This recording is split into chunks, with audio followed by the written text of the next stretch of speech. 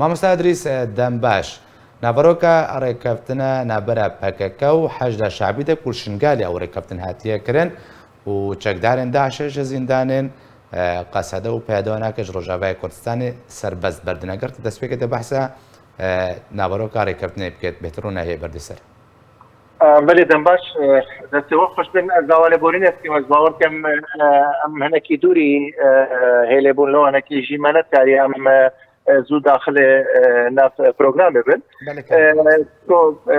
ئەمە پەکەکە ڕاستیژی ئەم گەلێکی واقعانە ئەم بەئاخەبن پەکەکە بوویە ئاستەنگیەکە مەزن کەتە پێشیان ملەتێت کرد پەگێدا یعنی نەکو تەنێل کوردستانی یان شنگالێ بەلکو کردە بوویە ئاستەنگیەکە مەزنش بووی ملەتێ کورد هەمیشی یعنی مخابنی بە ئەم بێ ئاخەتنێ دەبێت مناوی وەسابوو بە گایە وێ ڕادەیە کوتەکەکە ئیرۆکە بوویەکە لەمە کەتیە ناچاوی ملەتێ کوردە ئەس ئەتیفاقیە و پەکەکە بە حەشدا شعبیرە چەکدارین پەکێکێرە داخستی نەتشتێکی نوێژ بووی پەکەکێ بەلکو بەری لەگاوێژی هەرژنی ڕۆژاک و شنگال کەتی دەستی داعشێدا مەگومان تێدا هەبووی و پەکێکی دەست داعشێرە هەبوو هەرج بووی هاتنا وان بۆ ناوا شنگالێدا و هاری کاربوونە تێرە و حەتانێکی خەڵکی مەکەتێ بناوا ئاوان کەمپادە لە کوردستانی خۆجی بووە و پەکێکی پیلانەتە پیلانە لە دوو پیلانێ هاتنە گێرانە لەسەر سەرێ خەڵکی مە لە شنگالێک و شنگال ئارامە بە ئەوش هەموو ئەجندات ئیرانینە ئەجندات حەشدا شعبینە و ئەو خالا سنووریات یادگەل سووریە شنگالنێ ئارامکردن جعالی پەکێکی و جعالی حەشدا شعبی و جعالی داعشێ بە لەوانەکێژی ئەم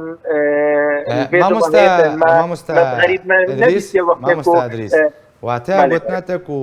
پەکەکە و حەشدا شعبی وا چەکداران دشنگالێ بە دەرباسی عێراقەتکردنەوە گومان هیچ گومانێک تێدەنینە مەگومان تێدەنینە نەهامارکەنێ بێدەرێ بەلکو بەری بێک ئاوێژی هەر وەختێکی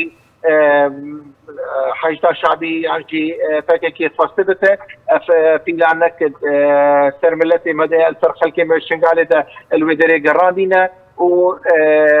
پرۆپاگەندەی وێدەرێکی نەژ بۆی و ئەو ڕێژەکە گەلەکە مەزنی ئەوان داعشێک و ژبیالی دبرێنە سووریا یا جێز سووریا دینانە عالی عراقی بە یا بەردەوام بوونە لێگاوێکی اتفاقاك وانا بهبركية هرچه جها حشدا شعبي وفككي وشكدارن داعشي أمد بينن أبا بينانك لسر ملتي ما لسر بارتي ما لسر جل كردستاني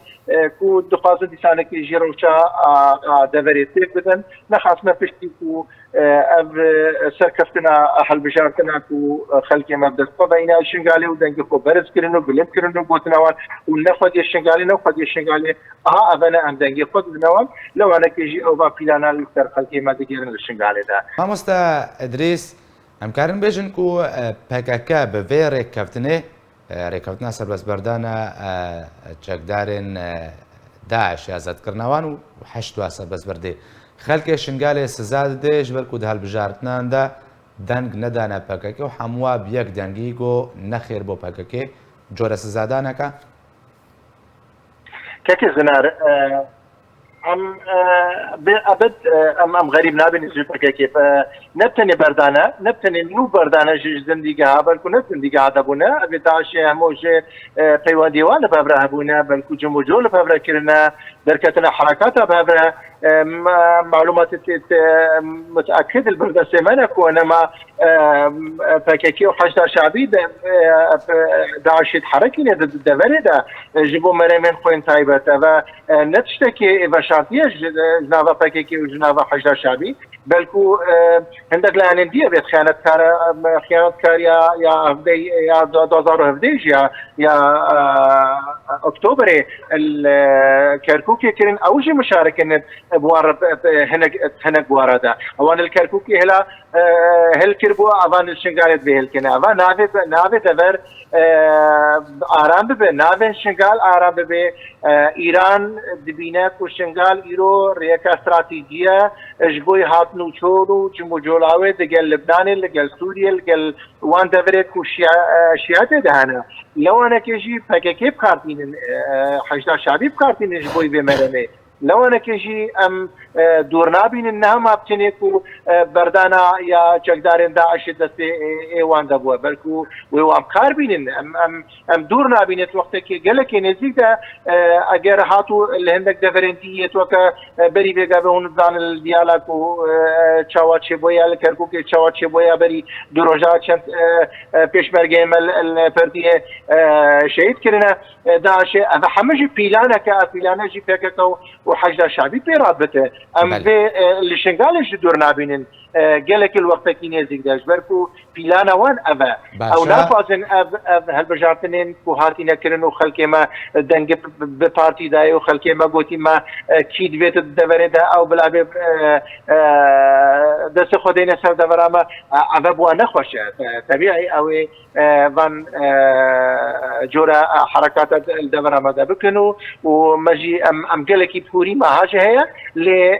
weke hûn dizanin hikmeta Cenabê Serok Barzanî hikmeta serkirdatiya partiya me hikmeta Cenabê Serokê Herêmê Kartê Şîrvan Barzanî gelekî ji pîlanê wan mestir e em gelekî fırsatê nadin wan ew meremê xwe bicî bînin ne li Şingalê û ne li Kerkûkê û ne li hîç